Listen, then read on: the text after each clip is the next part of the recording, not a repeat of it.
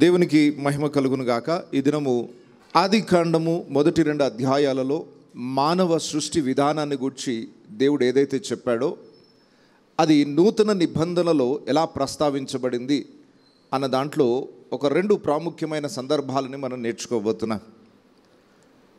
ఆదికాండములో ఆదాముని అవ్వను దేవుడు నిర్మించిన విధానమును నూతన నిబంధనలో ఏ సందర్భంలో అపోస్తలుడైన పౌలు జ్ఞాపకం చేస్తూ కొత్త నిబంధన విశ్వాసులకు ఏం పాఠాలు నేర్పించాలనుకున్నాడు. ఆ ప్రస్తావన ఆదాము అవ్వ ప్రస్తావన ఎత్తి పత్రికలో పౌలు రాసిన ఒక 2 విషయాలని ఈరోజు మనం ధ్యానించబోతున్నాం. ఇవి క్రైస్తవ సమాజంలో చాలా తర్కానికి గురైన వచనాలు. దాని గురించి ఎన్నో భిన్న అభిప్రాయాలు క్రైస్తవ సమాజంలో ఉన్నాయి. ఎంతమందికి ఎన్ని అభిప్రాయాలు ఉన్నా లేఖనాలను మనం చదువుతూ ఉన్నప్పుడు పరిశుద్ధాత్మ దేవుడు మనకేమి గ్రహింపునిస్తాడో దాన్ని మనము నేర్చుకొని మన జీవితంలోకి అన్వయించుకుంటే మేలు పొందుతాం. సో ఈ వచనాల మీద ఎవరికి ఎట్టి అభిప్రాయం ఉన్నా లేఖనాన్ని ఉన్నట్టుగా పాటించడంలో గొప్ప మేలు జరుగుతుంది కనుక ఆ లేఖనాలు ఏంటో వాటి భావం ఏంటో అవి మన జీవితానికి ఎందుకు అన్వయించుకోవాలో ఈరోజు కొన్ని విషయాల్ని మనం నేర్చుకోబోతున్నాం. ఈరోజు డైరెక్ట్గా ఆదికాండంలో నుండి మూల వాక్యాన్ని మనం తీసుకోవట్లేదు. కొరింథీ మొదటి పత్రిక 11వ అధ్యాయం 8-9 వచనాలను గమనించండి. కొరింథీలకు రాసిన మొదటి పత్రిక 11వ అధ్యాయము 8-9 వచనాలు. ఏలయనగా స్త్రీ పురుషుని నుండి కలిగినే గాని పురుషుడు స్త్రీ నుండి కలుగలేదు, మరియు స్త్రీ పురుషుని కొరకే గాని పురుషుడు స్త్రీ కొరకు సృష్టింపబడలేదు. చాలు. అపోస్తలుడైన పౌలు కొరింథీ సంఘానికి ఈ ఉత్తరాన్ని రాస్తూ కొరింథీ సంఘానికి ఒక ప్రాముఖ్యమైన సత్యాన్ని నేర్పిస్తున్నాడు. ఆదికాండము మొదటి 2 అధ్యాయాల్లో ఉన్న చరిత్రని జ్ఞాపకం చేస్తున్నాడు. ఆదాము అవ్వ ఎలా నిర్మాణము చేయబడ్డారు, మొదట ఎవరు చేయబడ్డారు, మొదట పురుషుడు, ఆ తర్వాత పురుషుని నుండి స్త్రీ వచ్చినట్టుగా పౌలు భక్తుడు ఎందుకు జ్ఞాపకం చేయాల్సి వచ్చింది ఇక్కడ. ఆ సందర్భము జ్ఞాపకం చేయడానికి దాని ముందు పౌలు ఏం సత్యాన్ని నేర్పించాలనుకుంటున్నాడు. మరలా వచనాన్ని చూడండి. స్త్రీ పురుషుని నుండి కలిగినదే కానీ పురుషుడు స్త్రీ నుండి కలుగలేదు, మరియు స్త్రీ పురుషుని కొరకే కానీ పురుషుడు స్త్రీ కొరకు సృష్టింపబడలేదు. ఆదాము మొట్టమొదటిగా సృష్టింపబడ్డాడు, ఆ తర్వాతనే అవ్వ కూడా ఆదాములో నుండి వచ్చింది. ఆదాము కొరకు అవ్వ సృష్టింపబడింది కానీ అవ్వ కొరకు ఆదాము సృష్టింపబడలేదు. ఇంతకు ఏం నేర్పించాలనుకుంటున్నాడు పౌలు గారు? ఆదాము అవ్వ సందర్భం ఎందుకు ఈ కొరింథీ సంఘానికి పౌలు చెప్పాల్సి వచ్చింది? అది అర్థం కావాలంటే పైనుండి కొన్ని వచనాలను మనము ధ్యానించడం మొదలుపెట్టాలి. ఈ మొదటి కొరింథీ పత్రిక 11వ అధ్యాయంలో మొదటి నుండి 16 వచనాలలో పౌలు సంఘ క్రమశిక్షణను నేర్పిస్తున్నాడు. సంఘములో పురుషులు ఎలా ఉండాలి, సంఘములో స్త్రీలు ఎలా ఉండాలి. దేవుని సంఘము క్రమశిక్షణతో కూడినది. ఎవరికి ఇష్టం వచ్చినట్లు వారు ప్రవర్తించడానికి అనుమతింపబడలేదు. దేవుని లేఖనానుసారముగా ప్రతి క్రైస్తవుడు జీవించాలి.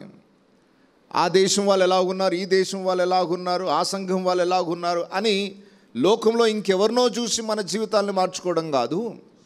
లేఖనాలలో దేవుడు అపోస్తలుల చేత ప్రవక్తల చేత ఏవైతే రాయించాడో వాటిని మనం నేర్చుకొని వాటిని సంఘ క్రమశిక్షణలో భాగంగా మనము పాటించగలిగితే దేవునికి మహిమను తీసుకొని రాగలిగిన వారం అవుతాం. ఇంతకు ఇక్కడ ఏం నేర్పించాలనుకున్నాడో చూడాలనుకుంటే 3వ వచనం చూడండి. మొదటి కొరింథీ పత్రిక 11వ అధ్యాయం 3వ వచనం. ప్రతి పురుషునికి శిరస్సు క్రీస్తనియు, స్త్రీకి శిరస్సు పురుషుడనియు, క్రీస్తునకు శిరస్సు దేవుడనియు మీరు తెలుసుకొనవలనని కోరుచున్నాను. ఏమి తెలుసుకొనవలనని కోరుచున్నాడు పౌలు? అక్కడ ఒక హైరార్కీ ఉంది. అంటే ఒక అధికారము అనేది ఒకటి ఉంది, అధికారమునకు విధేయత చూపించుట అనేది ఒకటి ఉంది. పౌలు మొట్టమొదటిగా క్రీస్తును మనకు పరిచయం చేస్తున్నాడు. ప్రతి పురుషునికి శిరస్సు క్రీస్తనియు. క్రీస్తుకు శిరస్సు తండ్రి.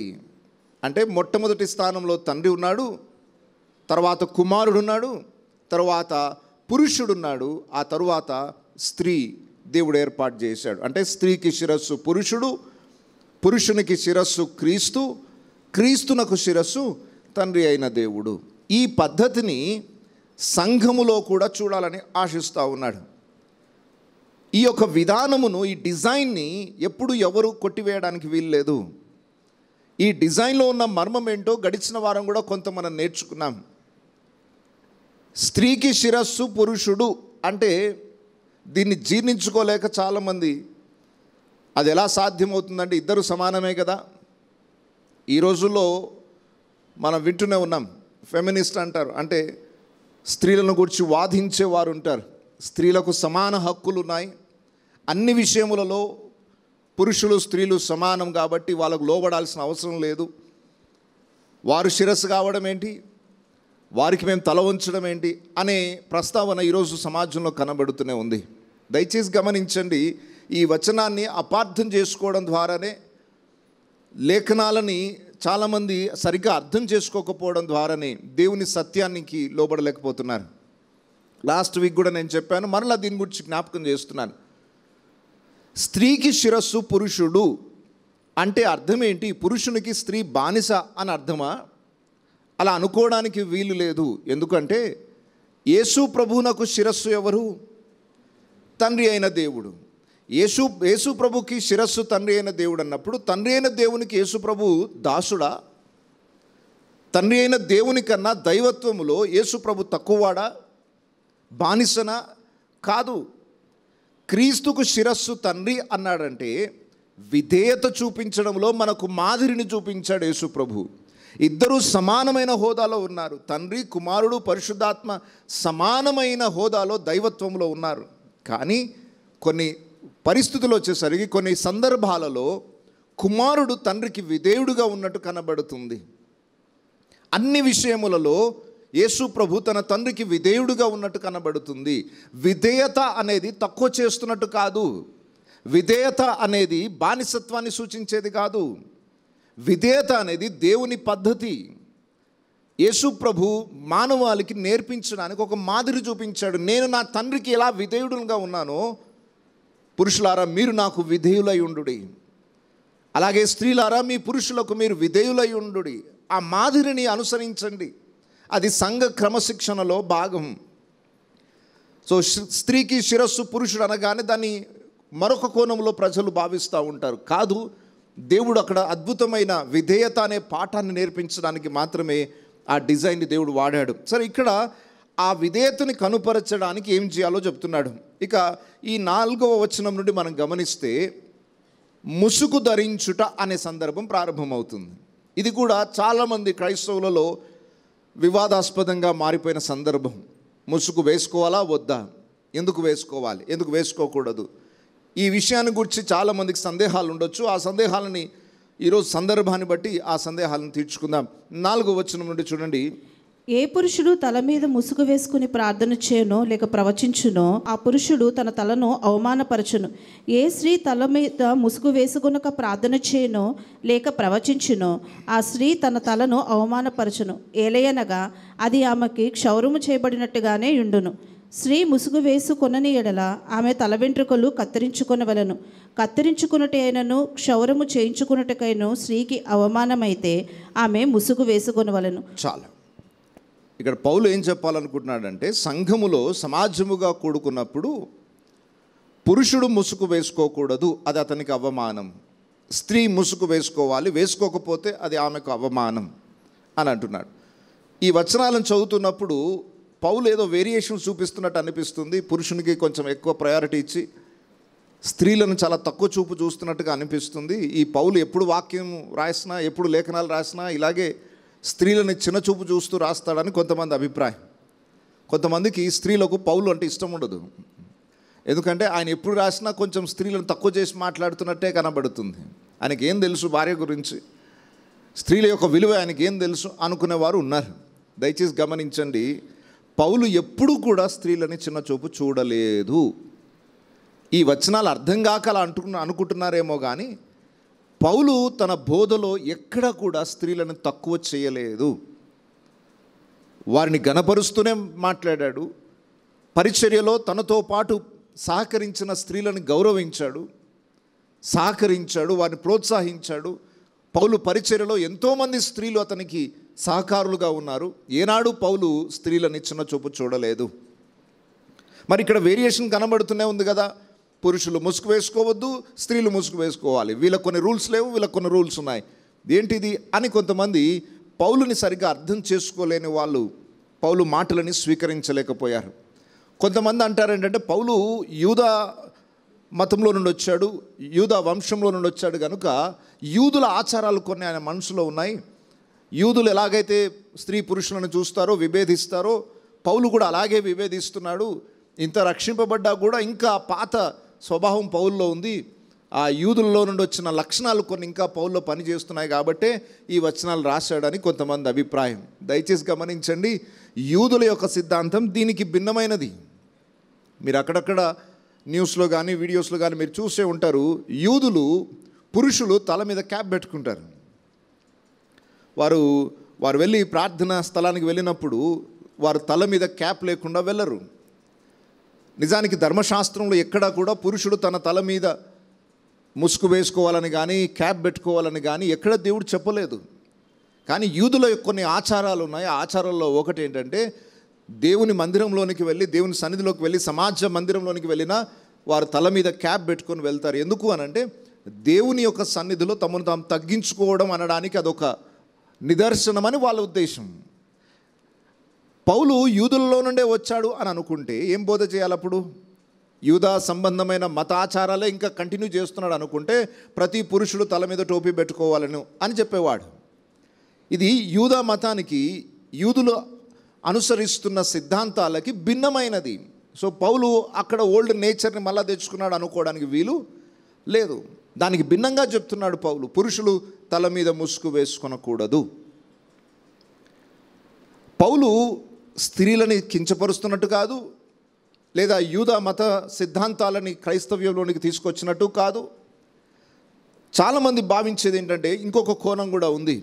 ఈ విషయాలన్నీ కొరింథీ సంఘానికి చెప్తున్నారండి పౌలు. కొరింథీ ప్రాంతం యొక్క బ్యాక్గ్రౌండ్ తెలుసుకొని అప్పుడు ఈ వాక్యాన్ని వ్యాఖ్యానించాలి. కొరింథీ అనే ప్రాంతము ఒక మంచి బిజినెస్ సెంటర్. అక్కడ ఓడరేవులు ఉంటాయి, వివిధ దేశాల నుండి ప్రజలు అక్కడికి వస్తూ ఉంటారు, అనేక రకమైన నాగరికతలు అక్కడ ఉంటాయి. ప్రత్యేకంగా కొరింథీ అనే ప్రాంతము చెడిపోయిన ప్రాంతము, అపవిత్రతతో కూడిన ప్రాంతము. అక్కడున్న స్త్రీలలో కొన్ని వ్యత్యాసాలు ఉంటాయి. అక్కడ వేషలైన స్త్రీలు తల మీద ముసుగు వేసుకోకుండా ఉంటారు. సంఘానికి పౌలు చెప్తున్నాడు ఏంటంటే, మీరు అలా ఉండకండి, మిమ్మల్ని చూసినప్పుడు పరిశుద్ధులైన స్త్రీలా కనబడాలి, లోకంలో పాపము చేసే వాళ్ళలాగా మీరు కనబడకూడదు అని అక్కడున్న లొకాలిటీని చూసి, అక్కడున్న కల్చర్ని చూసి పౌలు కొరింథీయులకు ఈ పాఠాన్ని నేర్పిస్తున్నాడని, కల్చర్ని బేస్ చేసుకొని ఈ వాక్యాన్ని అర్థం చేసుకోవాలని కొంతమంది అంటారు. దయచేసి గమనించండి, ఈ వచనాలు కేవలము కొరింథీ ప్రాంతంలో ఉన్న వారికేనా, సార్వత్రిక సంఘం అంతటికి అవసరమా? కొరింథీ కల్చర్ని చూసి పౌలు చెప్పినట్లయితే వాళ్ళకు మాత్రమే వర్తిస్తుంది. ఇప్పుడు భారతీయ సంస్కృతి వేరు, అమెరికా కల్చర్ వేరు. కల్చర్ని బట్టి దాన్ని అర్థం చేసుకోవాలా? ఇది కొరింథీలకు మాత్రమే వర్తిస్తుందా, భూమి మీద ఉన్న ప్రతి క్రైస్తవ సంఘానికి వర్తిస్తుందా అనే ప్రశ్నకు సమాధానం ఏంటంటే, ఈ వచనాలని పౌలు వర్ణించడానికి ఆదికాండంలోని ప్రస్తావన తీసుకున్నాడు. దయచేసి గమనించండి, మనం ఏమి అవుట్ ఆఫ్ కాంటెక్స్ట్ వెళ్ళలేదు, ఆదికాండంలోనే ఉన్నాం. ఆదికాండంలో ఉన్న లేఖనాలను ఎలా ఆధారం చేసుకొని కొత్త నిబంధన సిద్ధాంతాలను పౌలు స్థాపించాడో అది మనం నేర్చుకుంటున్నాం. చాలా జాగ్రత్తగా ఈ విషయాన్ని వినండి. ఇది సిద్ధాంతపరమైన విషయాలు ఈరోజు మనం మాట్లాడుకుంటున్నాం. భార్యాభర్తలు ఎలా ఉండాలి అన్న విషయాలు నేర్చుకున్నాం, అయిపోయింది. ఇప్పుడు సంఘములో పురుషుడు స్త్రీ ఎలా ఉండాలి, సంఘ క్రమశిక్షణలో ఎలా ఉండాలి, దాని గురించి ఆదికాండం ఏం చెప్తుందో, ఆదికాండం యొక్క సిద్ధాంతాన్ని ఆధారం చేసుకొని సంఘ క్రమశిక్షణ పౌలు నేర్పిస్తున్నాడు. అది మనం ఈరోజు నేర్చుకుంటున్నాం. కొంచెం అర్థం చేసుకోవడానికి కష్టమైనప్పటికీ ఇది సంఘ క్రమశిక్షణలో అవసరము, తప్పకుండా మనం నేర్చుకోవాలి. సరే, ఇక్కడ పౌలు ఆదికాండంలోని ప్రస్తావన తీసుకుంటూ ఎందుకు పురుషుడు ముసుగు వేసుకోకూడదు, ఎందుకు స్త్రీ ముసుగు వేసుకోవాలి, రీజన్ చెప్తున్నాడు. ఎందుకు అనంటే, మొట్టమొదటిగా పురుషుడు చేయబడ్డాడు, పురుషునిలో నుండి స్త్రీ చేయబడింది. పురుషుని కొరకు స్త్రీ చేయబడిందే కానీ స్త్రీ కొరకు పురుషుడు చేయబడలేదు. ఈ కాన్సెప్ట్ని చెప్పి అక్కడేమో నేర్పించాలనుకుంటున్నాడు. ఏం నేర్పించాలనుకుంటున్నాడు అనేది మనం బాగా ఆలోచన చేస్తే 7వ వచనం చూడండి. 7వ వచనం, పురుషుడైతే దేవుడి పోలికయు మహిమనై ఉన్నాడు కనుక తల మీద ముసుగు వేసుకొనకూడదు, కానీ స్త్రీ పురుషుని మహిమయై ఉన్నది. చాలు. ఎందుకు పురుషుడు ముసుగు వేసుకోకూడదు, స్త్రీ ముసుగు వేసుకోవాలి?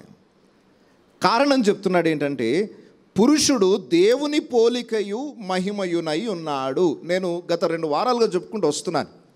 ఈ డ్రామాలో పురుషుడు ఎవరిని ప్రతిబింబింపజేస్తున్నాడు? క్రీస్తుని ప్రతిబింబింపజేస్తున్నాడు. అక్కడ యేసు ప్రభువుని గూర్చి అతడు కనుపరచాలి. సో ఇప్పుడు పురుషుడు యేసు ప్రభు యొక్క మహిమను కనుపరుస్తున్నాడు కాబట్టి ఆయన ముసుగు వేసుకోకూడదు. ఆయనకు ముసుకేస్తే యేసు ప్రభుకు ముసుకేసినట్టు అన్నమాట. దేవుని పోలికయు మహిమయునై ఉన్నాడు గనుక పురుషుడు ముసుగు ధరించకూడదు. క్రీస్తు ప్రతిబింబంగా ఉన్నాడు అక్కడ.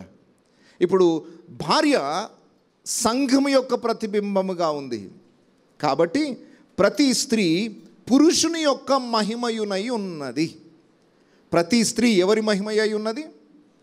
పురుషుని యొక్క మహిమయ్యి ఉన్నది. పురుషుని యొక్క మహిమ అంటే ఈమె ఘనత, ఈమె గొప్పతనం అంతా ఎవరి నుండి వచ్చింది? పురుషుని నుండి వచ్చింది. అర్థమవుతుందా? అవ్వ ఎక్కడి నుండి వచ్చింది? ఆదాములో నుండి వచ్చింది. ఎవరి కొరకు సృష్టింపబడింది? ఆదాము ఒంటరి అయి ఉండుట దేవుడు చూచి అతనికి సాటి అయిన సహాయం చేశాడు. అంటే ఆదాము కొరకు అవ్వని చేశాడు. అంటే అవ్వ యొక్క మహిమ అంతా ఎవరి మీద ఆధారపడింది? ఆదాము మీద ఆధారపడింది. వింటున్నారా? అర్థమవుతుందా? హవ్వ యొక్క మహిమ అంతా ఆదాము మీద ఆధారపడింది. స్త్రీ పురుషుని యొక్క మహిమ అయి ఉన్నది కాబట్టి ఆమె తల మీద కొంగు ధరించుకోవాలి. ఎందుకు అనంటే నా మీద ఇంకొక అధికారి ఉన్నాడు అనే నిదర్శనం అన్నమాట. నా అంతటా నేనే జీవించడం కాదు, నా మీద దేవుడు ఒక అధికారిని నియమించాడు, ఒక అథారిటీ కింద నేనున్నాను అని చూపించే నిదర్శనమే కొంగు ధరించుకోవడం. ఇదేదో భారతదేశపు ఆచారం అని కానీ, ఇజ్రాయిలీల ఆచారం అని కానీ, ఏదో దేశానికి వర్తించే ఆచారం కాదు. క్రైస్తవ సంఘ క్రమశిక్షణ ప్రకారము ఒక స్త్రీ ఎప్పుడు ధరించుకోవాలి ముసుగు అంటే అక్కడ కండిషన్ ఉంది. వారు దేవుని సన్నిధిలో ప్రార్థించేటప్పుడు, ప్రవచించేటప్పుడు. ఈ 2 చాలా జాగ్రత్త గుర్తుపెట్టుకోండి. ప్రార్థించే సమయమున, ప్రవచించే సమయమున. ఈ రెండిటి మధ్య తేడా ఏంటంటే ప్రార్థన అనేది సంఘము యొక్క సమస్యని, అవసరతని దేవునికి తెలియజేసే విధానం. ప్రవచనము అనగా దేవుడు సంఘానికి ఏమైనా తెలియజేయాలనుకుంటే దేవుని ప్రేరేపణ ద్వారా, పరిశుద్ధాత్మ యొక్క ప్రేరేపణ ద్వారా వారు దేవుని మాటలను పలకడం.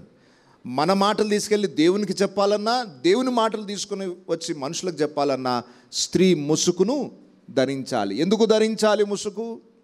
నా మీద దేవుడు ఇంకొక అధికారిని నియమించాడు, నాకు పైన ఒక మహిమగా పురుషుని దేవుడు ఉంచాడు అని నిదర్శనం చూపించడానికి మాత్రమే. పురుషుడు ఎందుకు వేసుకోవద్దు? ఆయన ఏదో గొప్పవాడని కాదు అర్థం. ఆయన క్రీస్తుని ప్రతిబింపజేస్తున్నాడు, స్త్రీలు సంఘమును ప్రతిబింపజేస్తున్నారు. ఇప్పుడు బాగా ఆలోచించండి. ఈ పురుషుని ఫస్ట్ దేవుడు చేసి, పురుషునిలో నుండి స్త్రీ చేసి, పురుషుని కొరకు స్త్రీని చేశాడు అంటే ఎందుకు ఇలా చేయాల్సి వచ్చింది? ఇద్దరిని కలిపి ఒకేసారి చేయొచ్చు కదా. ఆదాముని మట్టి ముద్దగా చేసేటప్పుడు ఆదాముతో పాటు పక్కన ఇంకొక మట్టి ముద్ద చేసేసి ఆదాము అవ్వ కలుగును గాక అంటే ఇద్దరు ఒకేసారి అయిపోయేవాళ్ళు. అలా చేయలేదు దేవుడు. మొదట ఒకరిని చేసి అతనిలో నుండే ఒక భాగాన్ని తీసి హవ్వని తయారు చేయడంలో దేవునికి ఒక ప్రణాళిక ఉంది. ఏంటా ప్రణాళిక అంటే, నేను ఇంతకు మునుపు కూడా చెప్పాను, మరలా చెప్తున్నాను. కుటుంబాలని దేవుడు చూసినప్పుడు దేవుని ప్రణాళిక అర్థం కావాలి. మొదట యేసు ప్రభు, ఆయన కొరకు సంఘము సృష్టింపబడింది. సంఘము కొరకు యేసు ప్రభు కాదు. ఈ విషయాన్ని బాగా అర్థం చేసుకోండి. యేసు ప్రభుకి మనం అవసరమని ఆయన మనం సృష్టించడం కాదు, మనకు యేసు ప్రభు అవసరం. మనం లేకపోయినా దేవుడు జీవించగలడు. భూమి మీద ఏ సృష్టి లేకపోయినా దేవుడు యుగముల పూర్వం నుండి యుగముల తర్వాత కూడా ఆయన ఒక్కడే జీవించగలడు, ఏ బాధ లేకుండా. దేవునికి ఖచ్చితంగా మనం అవసరం అనే రూల్ ఏం లేదు. ఆయన ప్రేమను వ్యక్తపరచడానికి మనల్ని సృష్టింపజేశాడు. మనం లేకపోయినా ఆయనకేం నష్టం లేదు. కానీ మనకు దేవుడు లేకపోతే నష్టం. మనం పుట్టిందే దేవుని కొరకు, మనం పుట్టిందే క్రీస్తు కొరకు. మనం జీవించవలసింది ఆయన కొరకు. మన మీద అధికారిగా యేసు ప్రభు ఉన్నాడు. అది నిత్యము మనము సంఘములో జ్ఞాపకం చేస్తూ ఉండాలి. పురుషులారా మిమ్మల్ని చూసినప్పుడల్లా యేసు ప్రభు కనబడాలి. స్త్రీలారా మిమ్మల్ని చూసినప్పుడల్లా సంఘము క్రీస్తునకు చూపించే ప్రేమ విధేయత కనబడాలి. ఇది ఎవ్రీ సండే సమాజముగా మనం కూడుకున్నప్పుడల్లా మీరు గుర్తుపెట్టుకోండి, మీరు ఒక ప్రతినిధులుగా ఇక్కడికి వచ్చారు. దేవుని సన్నిధికి వచ్చి కూర్చున్నప్పుడల్లా మీరు గుర్తుపెట్టుకోండి, మీరు సామాన్యమైన వ్యక్తులు కాదు. మీరు ఇక్కడ ఒక ప్రజెంటేషన్ చేస్తున్నారు, ప్రదర్శిస్తున్నారు. మీరు ఇక్కడ యేసు ఎవరో అర్థం చేపిస్తున్నారు లోకానికి. పురుషులారా, స్త్రీలారా మీరు సంఘమును లోకానికి పరిచయం చేస్తున్నారు. ఇదేదో తక్కువ చేసి ఎక్కువ చేసి కాదు, యేసు ప్రభునకు సంఘానికి మధ్య ఉన్న సంబంధం అర్థం కావడానికి చెప్పిన మాట ఇది. కాబట్టి ప్రతి స్త్రీ తప్పనిసరిగా ఎవరో చెప్పారని కాదు, బైబిల్ చెప్పింది ఏంటంటే ప్రార్థించేటప్పుడు ప్రవచించేటప్పుడు ముసుగు ధరించుకొనుట అది స్త్రీకి ఘనత. ఒకవేళ అలా ఇష్టం లేదనుకోండి, ఏం చేయాలి? క్షౌరం చేసుకోవాలి అంటాడు. క్షౌరం చేసుకోవడం అది ఇన్సల్ట్ స్త్రీకి. స్త్రీలు తల వెంట్రుకలు పెంచుకొనుట వారికి ఘనత. సో ఇప్పుడున్న ఫ్యాషన్స్ ప్రకారం బేబీ కటో బాయ్ కటో అని స్టార్ట్ చేస్తున్నారు. కంప్లీట్గా ట్రెండ్ మారిపోయింది.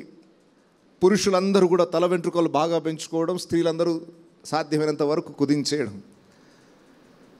మరి బైబిల్లో దేవుడు మెజర్మెంట్స్ ఏమి ఇవ్వలేదు. పురుషుని హెయిర్ కట్ ఎంత ఉండాలి, స్త్రీ హెయిర్ కట్ ఎంత ఉండాలో మెజర్మెంట్స్ ఏమి ఇవ్వలేదు. కానీ ఒక మాటలో చెప్పాలంటే స్త్రీల తల వెంట్రుకలు పురుషుల కంటే ఎక్కువ ఉండాలి, పురుషుల తల వెంట్రుకలు స్త్రీల కంటే తక్కువ ఉండాలి. అంత పెద్దగా ఉందా, ఇంత చిన్నగా ఉందా అంటే మెజర్మెంట్స్ ఏం లేవు బైబిల్లో. కొంచెం పెద్దగా పెంచుకో, అదిగో స్త్రీలాగా తల వెంట్రుకలు పెంచుకుంటున్నావు అని ఎవరిని పట్టుకొని విమర్శించకండి. ఏదో కొంచెం హెయిర్ పెరుగుతుంది కదా అని కట్ చేసి, అదిగో హెయిర్ ఎందుకు కట్ చేస్తున్నావు అని చెప్పి వాళ్ళని పట్టుకొని విమర్శించకండి. చూసినప్పుడు పురుషుని తల వెంట్రుకలు స్త్రీల కన్నా తక్కువ ఉండాలి, స్త్రీల తల వెంట్రుకలు పురుషుల కన్నా ఎక్కువ ఉండాలి. ఇది దేవుడు సంఘములో తన క్రమశిక్షణలో నేర్పించిన పాఠాలు. అన్యులకు తెలియక క్షౌరం చేయించుకుంటారు, దేవాలయాలకు వెళ్ళి స్త్రీలు కూడా తల గురికించుకుంటారు. అది దేవుని వాక్యానికి విరుద్ధం. ఈ మధ్య దాన్ని కూడా హైందవులు వ్యతిరేకిస్తున్నారు. అది కూడా తప్పని ఈ మధ్యనే వారు గ్రహిస్తున్నారు. కొంతమంది పండితులు దాన్ని బోధిస్తున్నారు కూడా, అది తప్పు అని. సరే, లేఖనాలు మనకు ఎప్పుడో నేర్పించాయి, స్త్రీలు ఎప్పుడు కూడా గుండు కొట్టించుకోవడం కానీ అది వాళ్ళకి ఇన్సల్ట్, అది అవమానం. తల వెంట్రుకలు పెరుగుట వారికి ఘనత. అయితే పురుషులు తల వెంట్రుకలు స్త్రీలలాగా పెంచుకోవడం అనేది వారికి అవమానం. చాలామంది ఇప్పుడు ట్రెండ్ ఫాలో అవుతున్నారు. కొంచెం మ్యూజిక్ అది ఇది వచ్చిందని అంటే జుట్లు వేసుకొని మరీ ఆడవాళ్ళలాగా జడలు వేసుకునే అంత పరిస్థితి తెచ్చుకుంటున్నారు. దయచేసి అది ఇన్సల్ట్, అది పురుషులకు అవమానం. వస్త్రధారణలో కూడా బైబిల్ చాలా స్పష్టంగా చెప్తుంది, స్త్రీ పురుష వేషం వేసుకోకూడదు, పురుషుడు స్త్రీ వేషము వేసుకోకూడదు. దేవుడు ఎవరి డిజైన్లో వారిని ఉంచాడు. నేను చూస్తే యేసు ప్రభులాగా కనబడాలి. కొంతమంది అంటారు, అవును సార్ యేసు ప్రభులాగా కనబడాలని వెంట్రుకలు పెంచుకున్నాం. యేసు ప్రభుకి పెద్ద వెంట్రుకలు ఉన్నాయని ఎవరు చెప్పారండి? అసలు యేసు ప్రభుకి స్త్రీలాగా పెద్ద వెంట్రుకలు ఉన్నాయని ఎవరు చెప్పారు? అసలు కరుణామయుడు సినిమాలో లేదా సార్? సినిమాలలో వాళ్ళు చూపించుకున్నారు, రియల్గా యేసు ప్రభుకి పెద్ద వెంట్రుకలు కాదు. కొంతమంది ఏమంటారంటే ఆయన నాజీరు చేయబడ్డాడు కదా, సంసోనులాగా అలా పెంచుకొని ఉంటాడు. యేసు ప్రభు నాజీరు చేయబడ్డాడని ఎక్కడుంది? పాటలో ఉంది కదా సార్, నాజీరు వ్రతము జీవిత కాలం అంతా అనుసరించినాడే అని. బైబిల్ అయితే నాకు కనబడలేదు ఆ పదం. నాజీరు వ్రతము చేయలేదు యేసు ప్రభు. ఎందుకు ఆ మాట అంటున్నానంటే, నాజీరు వ్రతము చేసిన వాడు ద్రాక్షారసం ముట్టుకోకూడదు. యేసు ప్రభు ద్రాక్షారసం ముట్టుకున్నాడా లేదా? మరి అప్పుడు ఆయన నాజీరు వ్రతం చేసినట్టు ఎలా అవుతుంది? పాటలో వాడుకున్నారు అంటే దేవుడు ప్రతిష్ఠింపబడిన వాడు అని వర్ణించడానికి ఆ పదాలు వాడారు, కానీ నాజీరు వ్రతం యేసుప్రభు చేయలేదు. కొంతమంది ఆయన నాజీరు వ్రతము అని అంటే సంసోను ఎలాగైతే పుట్టుక నుండి తల వెంట్రుకలు కత్తిరించకూడదని దేవుడు ఆజ్ఞాపించి తన బలమంతియో తల వెంట్రుకల్లో దేవుడు పెట్టి ప్రత్యేకంగా సంసోను లైఫ్ని దేవుడు ఏర్పాటు చేసుకున్నాడు. యేసుప్రభు తల వెంట్రుకలు పొడుగ్గా ఉన్నాయి కాబట్టి మేము కూడా యేసుప్రభు లాగానే తల వెంట్రుకలు పెద్దగా పొడుగు పెంచుకుంటామంటే అది బుద్ధిహీనత, అది దేవుని వాక్యానికి విరుద్ధము. సో ఇవి చిన్న చిన్న విషయాలే కానీ సంఘ క్రమశిక్షణలో చాలా ప్రాముఖ్యమైన విషయాలు. సో ఇక్కడ మనం గమనించాల్సింది ఏంటంటే పురుషుడు ముసుగు ధరించుకొనకూడదు, స్త్రీ ముసుగు ధరించుకోవాలి. ఎందుకు ధరించుకోవాలంటే వాళ్ళని ఏదో కించపరుస్తున్నట్టు తగ్గించుకున్నట్టు కాదు. మీరు సంఘమునకు ప్రతినిధులుగా ఉన్నారు. తల మీద కొంగు ధరించుకోవడం ద్వారా నేను మహిమ కాదు, నా మీద మహిమ కలిగిన ఒక వ్యక్తి ఉన్నాడు, నా మీద అధికారం కలిగిన ఒక వ్యక్తి ఉన్నాడు, ఆయన కోసం నేను సృష్టింపబడ్డాను, నేను జీవితకాలం అంతా ఆయనకు లోబడి ఉంటాను అనే కనుపరచడానికి ఒక నిదర్శనంగా వారు ముసుగు ధరించుకోవాలి, ప్రత్యేకంగా దేవుని సన్నిధిలో. మరి మామూలు టైంలో ప్రార్థించేటప్పుడు ప్రవచించేటప్పుడే అంటున్నారు, మరి మిగతా సమయాలలో అవసరం లేదా అంటే ఇక్కడ ఒక ప్రత్యేకమైన మాట రాయబడింది. ఎందుకు ప్రార్థించేటప్పుడు ప్రవచించేటప్పుడు అంటే 10వ వచనం చూడండి, 1 కొరింథీ పత్రిక 11వ అధ్యాయం 10వ వచనం. ఇందువలన దేవదూతలను బట్టి అధికార సూచన స్త్రీకి తల మీద ఉండవలెను. ఆగండి. అధికార సూచన స్త్రీకి తల మీద ఉండను. దేని బట్టి, దేని కొరకు? దేవదూతలను బట్టి అధికార సూచన స్త్రీకి తల మీద ఉండవలను. దేనిని బట్టి? దేవదూతలను బట్టి. మధ్యలో దేవదూతలు ఎందుకు వచ్చారు ఇక్కడికి? స్పష్టంగా నాకైతే తెలియదు ఎందుకు పరిశుద్ధాత్మ దేవుడు అపోస్తలుడైన పౌలు ద్వారా దేవదూతల ప్రస్తావన ఇక్కడ తీసుకొని వచ్చాడో నాకు తెలియదు. నాకు అర్థమైంది, నేను కొన్ని విషయాలు మీతో పంచుకుంటాను. దేవదూతలను బట్టి అధికార సూచన స్త్రీకి తల మీద ఉండవలను. దేవదూతలకు ఏం అవసరం? ఇక్కడ సంబంధం ఏంటి? వాళ్ళను బట్టి స్త్రీ తల మీద కొంగేసుకోవాలట. ఎందుకు అనేది నాకు అర్థమైంది ఏంటంటే, మనం ఆధ్యాత్మికంగా చేసే ప్రతి పనిని పరలోకమందున్న దేవదూతలు తొంగి చూస్తున్నారట. సంఘములో విశ్వాసులు ఎలా జీవిస్తున్నారు, యేసు ప్రభుని సంఘం ఎలా ఆరాధిస్తుంది, యేసు ప్రభు రాకడ కొరకు సంఘం ఎలా సిద్ధపడుతుంది, ఈ విషయాలన్నీ తెలుసుకోవడానికి, సంఘమునకు కలుగు రక్షణను తెలుసుకోవాలని పరలోకమందున్న దేవదూతలు ఎంతో కుతూహలపడుతున్నారట. వారు మనం చేస్తున్న ఆరాధనలు తొంగి చూస్తారట. ఎందుకు? అక్కడ కోటాను కోట్ల దూతల చేత పొగడబడుతున్న దేవుడు ఉన్నట్టుండి సడన్గా నేను ఒకసారి భూమి మీదకి వెళ్ళేసి వస్తాను అంటాడట. ఎందుకయ్యా భూమి మీదకి వెళ్తున్నావు? ఇంత ఆరాధన మేము నీకు సమర్పిస్తున్నాం కదా, ఆస్వాదిస్తూ ఇక్కడే ఉండొచ్చు కదా అంటే, లేదు నా ప్రజలు ఇక్కడ ఆరాధిస్తున్నారు. దేవదూతలకు అనిపిస్తుండొచ్చట, మేము ఇంత ఆరాధిస్తున్నాము, మమ్మల్ని మించి ఎవరబ్బా అంతగా ఆరాధించేది, అంతగా ఆయన పరవశుడైపోయి ఇక్కడ మేము ఆరాధిస్తున్న ఆనందాన్ని అనుభవించకుండా ఇంకెక్కడికో వెళ్ళి భూమి మీద ఎవరో ప్రజలు ఆరాధిస్తుంటే అక్కడికి వెళ్తున్నాడట. చూద్దాం అసలు అంతగా మాకంటే ఎక్కువ ఆరాధించేది ఎవరబ్బా, మాకంటే ఎక్కువగా యేసుని సంతోషపెట్టేది ఎవరబ్బా అని దేవదూతలు తొంగి చూస్తారట. తొంగి చూసినప్పుడు ఇక్కడ పోలికలు, దేవుడు అనగా సంఘము క్రీస్తునకు మధ్యన ఆ సంబంధము, ఆ ప్రేమ, ఆ క్రమశిక్షణ సంఘములో కనబడకపోతే ఎవరికి ఇన్సల్ట్ అట? అది దేవునికి ఇన్సల్ట్ అట. ఇంతగా ప్రేమించి పరలోక మహిమను విడిచిపెట్టి భూమి మీదకి వచ్చింది వీళ్ళ కోసమా? అసలు వీళ్ళకు లోబడే స్వభావమే లేదు, దేవుని గౌరవించే స్వభావమే లేదు అని దేవదూతలు యేసును గూర్చి వారు మనసులో నొప్పించబడే అవకాశం ఉంది. మరొక విషయం ఏంటంటే, అత్యున్నత సింహాసనం పైన ఆయన ఆసీనుడై ఉన్నప్పుడు కోటాను కోట్ల దూతలు నిత్యం ఆయనని పరిశుద్ధుడు పరిశుద్ధుడు పరిశుద్ధుడు ఆరాధిస్తుంటారు. అక్కడున్న కెరూబులు, శరాపులు మీరు గమనించినట్లయితే అక్కడున్న దూతలు వాళ్ళకి ఎన్ని రెక్కలు ఉన్నాయి? 6 రెక్కలు ఉన్నాయి. 2 రెక్కలతో కాళ్ళను కప్పుకుంటారు, 2 రెక్కలతో ముఖాన్ని కప్పుకుంటారు, 2 రెక్కలతో వారు ఎగురుతూ దేవుని ఆరాధిస్తూ ఉంటారు. వాళ్ళు అనుకుంటారట, ఆయన మహిమను చూడలేక మేమే మా ముఖాలను కప్పుకున్నాము, వీళ్ళేంటి సంఘముగా ప్రతిబింపజేస్తున్న వీరు ఏమీ కప్పుకోకుండానే యేసుని ఆరాధిస్తున్నారేంటి అని దేవదూతలు వారు భూమి మీద సంఘాన్ని చూసినప్పుడు అనుకునే అవకాశాలు ఉన్నాయట. ఇది ఒక వ్యాఖ్యానం మాత్రమే, ఇదే 100% అని నాకు తెలియదు. ఎందుకు దేవదూతల ప్రస్తావన వచ్చిందో ఖచ్చితంగా 100% ఇదే అని నాకు తెలియదు, కానీ నాకు అర్థమైన విషయాలు మీతో పంచుకుంటున్నాను. దేవదూతలను బట్టి అంటే ఇక్కడ మీరు సంఘముకు ప్రతినిధులుగా ఉన్నారు, వీరు క్రీస్తుకు ప్రతినిధులుగా ఉన్నారు, క్రీస్తు ఎదుట మేము మా ముఖములను మూసుకొని ఉన్నాము, మరి మీరేం చేస్తున్నారు, మీ గౌరవాన్ని ఎలా వ్యక్తపరుస్తున్నారు అని దేవదూతలు వచ్చి చూస్తారట.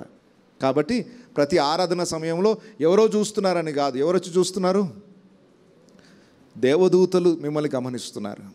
పురుషులారా, దేవుని ఆరాధించేటప్పుడు కూడా ఎవరో వాళ్ళు వీళ్ళు చూడడం కాదు, కెమెరా మీ వైపు ఉన్నదని కాదు, దేవదూతలు వచ్చి చూస్తున్నారు. ఇంతగా వీళ్ళ కోసం ప్రాణం పెట్టాడు కదా యేసయ్య, నిజంగా వీళ్ళు ఆరాధిస్తున్నారా యేసయ్యని, హృదయపూర్వకంగా ఆరాధిస్తున్నారా అని ఇక్కడ ప్రతి ఒక్కరిని గమనిస్తారట దేవదూతలు వచ్చి. సో దేవదూతలు మరలా దేవుని రాజ్యంలోనికి వెళ్ళి ఆనందించాలి. నిజంగానైనా నువ్వు వాళ్ళ కోసం పడ్డ ప్రయాసం వ్యర్థమేం కాలేదు, వారు భూమి మీద నిజంగా నిన్ను ప్రేమిస్తున్నారు, నువ్వు కార్చిన రక్తము విలువని వారు గుర్తించారని దేవదూతలు అక్కడికి వెళ్ళి సాక్ష్యం చెప్పాలట. సో దేవదూతలను బట్టి స్త్రీకి అధికార సూచన తల మీద ఉండవలను. సో తల మీద కొంగు ఉంది అంటే అర్థం ఏంటి? నా పైన ఒక అధికారి ఉన్నాడు, ఒక అధికారమునకు నేను లోబడిన దానను అని చెప్పుకోవడమే. ఒక సంఘంలో ఇలాగే ముసుగు ధరించుకోవాలని చెప్తుంటే ఒక స్త్రీ కాదు, దాదాపు 40% చర్చ్ ఖాళీ అయిపోయిందట. ప్రసంగం చేస్తుంటేనే 40% స్త్రీలు వాళ్ళ భర్తలను పిలిచి, పదండి ఇంకా ఈ చర్చ్లో మనం ఉండాల్సిన అవసరం లేదు, ఇది మన సిద్ధాంతాలకి భిన్నంగా ఉందని చెప్పి స్త్రీలు వాళ్ళ భర్తలను అక్కడే మధ్యలోనే పిలిచి బయటికి తీసుకెళ్ళి వెళ్ళిపోయారట. అప్పుడు ఆ పాస్టర్ గారు అన్నారు ఏంటంటే, కరెక్టే జరిగింది, వారికి ముసుగు ధరించుకోవడం ఇష్టం లేదు అని అంటే నిజంగానే ఇష్టం లేదు. ఎందుకనంటే వాళ్ళ భర్తలను అధికారం చెప్పి బయటకు వచ్చాయి అని చెప్పి తీసుకెళ్లారంటే వాళ్ళు లోబడే స్త్రీలు కాదని అర్థమైపోయింది. కాబట్టి వారు లోబడని వారు ముసుగు ధరించుకున్నా వేస్టే. లోబడే స్త్రీ ముసుగు ధరించుకోవడం ద్వారా ప్రయోజనం. నేను చెప్తున్నాను, దయచేసి గమనించండి. మీరు ఇక్కడ ఎంత మంచి ముసుగు వేసుకున్నా మీ భర్తలకు లోబడలేదనుకోండి, దాన్ని అవమానపరిచినట్టే. కొంతమంది స్త్రీలు ముసుగేసుకోకపోతే కోపం వెనక నుండి తిడుతూనే ఉంటారు, ముసుగేసుకో. భర్తలకు మాత్రం లోబడరు. అమ్మ, ఇదేదో ఆచారం మాత్రమే కాదు, రియాలిటీలో దాన్ని చూపించాలి. నా మీద ఒక అధికారి ఉన్నాడు, నేను లోబడవలసిన వ్యక్తిని, నేను సంఘానికి ప్రతినిధిని, క్రీస్తు సంఘమునకు లోబడిన ఆ దృశ్యము నేను నా కుటుంబంలో నేను చూపించాలి అనే గురితోనే చేయండి తప్ప, అయ్యో నన్ను ఏదో బానిసగా దేవుడు ఉంచేశాడు, నన్ను ఏదో తక్కువ చేసి దేవుడు నన్ను సృష్టించాడనే బాధ ఏ స్త్రీకి ఉండడానికి వీల్లేదు. యూదులు బాధపడతారట.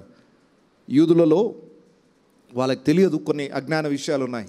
యూదులు పురుషులు ప్రార్థన చేసేటప్పుడు మొట్టమొదటిగా, దేవా నన్ను యూదునిగా పుట్టించినందుకు నీకు వందనాలు అని ప్రార్థన చేస్తారట. రెండవది, నన్ను స్త్రీగా పుట్టించనందుకు నీకు వందనాలు అని ప్రార్థన చేస్తారట. అంటే వాళ్ళ దృష్టిలో స్త్రీగా పుట్టించడం అంటే దేవుడు ఏదో సెకండరీ లెవెల్లో పెట్టినట్టు అన్నమాట. దయచేసి దేవుడు ఎప్పుడూ అలా చేయలేదు.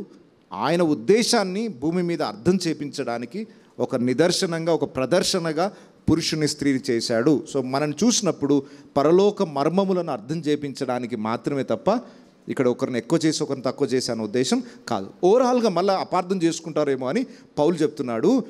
పురుషుని నుండి స్త్రీ ఎలాగో వచ్చానో అలాగే స్త్రీ నుండి పురుషుడు వచ్చాను. కాబట్టి స్త్రీ పురుషుడు అన్న భేదం రక్షణ విషయంలో లేదు. మళ్ళీ చూడండి, ఎందుకు అపార్థం చేసుకోకుండా 11వ అధ్యాయం 11వ వచనం నుండి, అయితే ప్రభువునందు స్త్రీకి వేరుగా పురుషుడు లేడు గాని పురుషునికి వేరుగా స్త్రీ లేదు. స్త్రీ పురుషుని నుండి ఎలాగూ కలిగెనో అలాగే పురుషుడు స్త్రీ మూలముగా కలిగెను. కానీ సమస్తమైనవి దేవుని మూలముగా కలిగి ఉన్నవి. చాలా ఇలాగని పురుషులు మీరేమి హీరోలు అనుకోకండి. ఇంటికి వెళ్ళగానే మళ్ళీ బాసిజం స్టార్ట్ అవుతుంది. చూసారా ఎంత గొప్ప సత్యం ఈరోజు తెలిసిందో? మీ తలకాయల మీద ఒక తలకాయ ఉంది, హెడ్. ఓకే, దయచేసి గమనించండి, మీ తలకాయల మీద కూడా ఒక తలకాయ. మనమందరం ఎవరి మూలముగా వచ్చిన వారము? దేవుని మూలముగా. సో దేవుని దృష్టిలో స్త్రీకి వ్యతిరేకంగా పురుషుడు, పురుషుడికి ప్రత్యేకంగా స్త్రీ అనేది ఏం లేదు. కుటుంబ వ్యవస్థలో దేవుడు ఇలా డిజైన్ చేశాడు. ఎందుకు అంటే తనను గూర్చి ప్రదర్శించుకోవడానికి తప్ప దేవుని దృష్టిలో స్త్రీలను తక్కువ చేయాలి, పురుషులను ఎక్కువ చేయాలన్న ఆలోచన ఏమాత్రం లేదు. ప్రభు దృష్టికి స్త్రీ పురుషుడు సమానం. ఎందుకంటే అందరూ దేవుని మూలముగా వచ్చినవారు. కాబట్టి ఇంకా సింపుల్గా చెప్తున్నాను, పురుషులారా మీరందరూ యేసు ప్రభునకు ఎంత విధేయత చూపిస్తే అంతే విధేయత మీ భార్యల నుండి మీ దగ్గరికి వస్తుంది. మీ భార్యలు మీకు విధేయత చూపించట్లేదు అంటే మళ్ళీ బ్రాకెట్లు రాసుకోండి, మీరు యేసు ప్రభుకు విధేయత చూపించట్లేదు అని అర్థం. ఏం విత్తుతారో అదే కోస్తారు. మీరు ప్రభువునకు విధేయులై జీవించండి, ఆటోమేటిక్గా మీ భార్యలు మీకు విధేయులై జీవిస్తారు. అలా జీవిస్తారు తప్పకుండా. దేవుడు నియమించిన పద్ధతి ప్రకారం మనం జీవిస్తే దేవుని ఆశీర్వాదం మన కుటుంబాలలో చూడగలుగుతాం. సో ఇక్కడ ఎందుకు ఆదికాండం ప్రస్తావన వచ్చిందంటే, మొదట ఆదాముని తర్వాత హవ్వను దేవుడు చేయడానికి ఒక ఉద్దేశం ఉంది. ఆదాములో నుండి అవ్వ వచ్చి ఆదాము కొరకు అవ్వ సృష్టింపబడినట్లు పురుషుడిలో నుండి స్త్రీ వచ్చినట్లుగా క్రీస్తులో నుండి సంఘం వచ్చింది. సంఘము కొరకు క్రీస్తు కాదు, క్రీస్తు కొరకు సంఘము అనే సత్యాన్ని మన కుటుంబంలో మనం కనుపరచాలి. సంఘములో కూడా మనం ధరించుకునే వస్త్రధారణను బట్టి కూడా దేవుని సత్యము నూతన వ్యక్తులకు అర్థం కావాలి. ఇక్కడ చాలామందికి ప్రశ్నలు ఉంటాయి. మరి సార్ ముసుగేసుకోవాలంటున్నాం, మరి అమెరికా వాళ్ళు వేసుకోరు కదా సార్? నాకు మాదిరి అమెరికా వాళ్ళు కాదు. నువ్వు పరలోక రాజ్యానికి వెళ్ళి దేవా అమెరికా వాళ్ళు వేసుకోలేదు కాబట్టి మేము వేసుకోలేదు అంటే అమెరికా వాళ్ళని ఎవరు చూడమన్నారు మిమ్మల్ని? వాళ్ళు ఏమన్నా క్రైస్తవులకు మోడల్ రోలా? చాలామంది చేస్తున్న పొరపాటు ఏంటంటే, మరి అమెరికాలో పెద్ద పెద్ద వాళ్ళు వేసుకోరు కదా అంటే వాళ్ళ సంగతి నీకు ఎందుకు? దేవుడు ఏం చెప్పాడో అది చెయ్యి. వాళ్ళు అలా చేస్తున్నారు, వీళ్ళు ఇలా చేస్తున్నారు కదా, మీరు చెప్పేదంతా తప్పు అని అనుకోకండి. బైబిల్ ఏం చెప్తుందో అది చేయండి. రేపు పరలోక రాజ్యం వెళ్ళిన తర్వాత దేవుడు కొలబద్ద పెట్టి చూసేది బైబిల్ని. దీని ప్రకారం తీర్పు తీరుస్తాడే కానీ వాళ్ళు ఇలా చేశారు కాబట్టి మీరెందుకు ఇలా చేయలేదు అని ఎవరెవరినో మాదిరిగా దేవుడు పెట్టాడు. సో ప్రపంచ దేశాలలో ఏ దేశం ఎలా ఆచరిస్తుందో మనకు తెలియదు. భారతదేశంలో సంతోషం, మనకి ఇది కష్టమైన ఆచారం కాదు, ఇది అలవాటైన ఆచారం. భారతదేశమే కాదండి, పురాతనమైన నాగరికతలు ఉన్న ప్రతి ప్రాంతంలో ఇది స్వాభావికంగానే. మారవడిలలో మీరు చూడండి, ఇప్పటికీ అది 100% ఆచరిస్తూనే ఉన్నాను. ఇప్పుడు మోడర్న్ స్టైల్ పెరిగిపోయి దేవుని వాక్యానికి లోబడే మనస్సు లేక చాలామంది లోక మర్యాదను అనుసరించడం మొదలుపెట్టారు. దయచేసి అది పొరపాటు. మీరు అనుకోవచ్చు ఇప్పుడు అమెరికాలో వాళ్ళు పెద్ద పెద్ద వాళ్ళు కూడా ధరించుకోవట్లేదు కదా అని. రీసెంట్గా నేను రీసెర్చ్ చేస్తున్నప్పుడు తెలిసింది ఏంటంటే అమెరికాలో కూడా ఇప్పుడిప్పుడే తెలుసుకుంటున్నారట.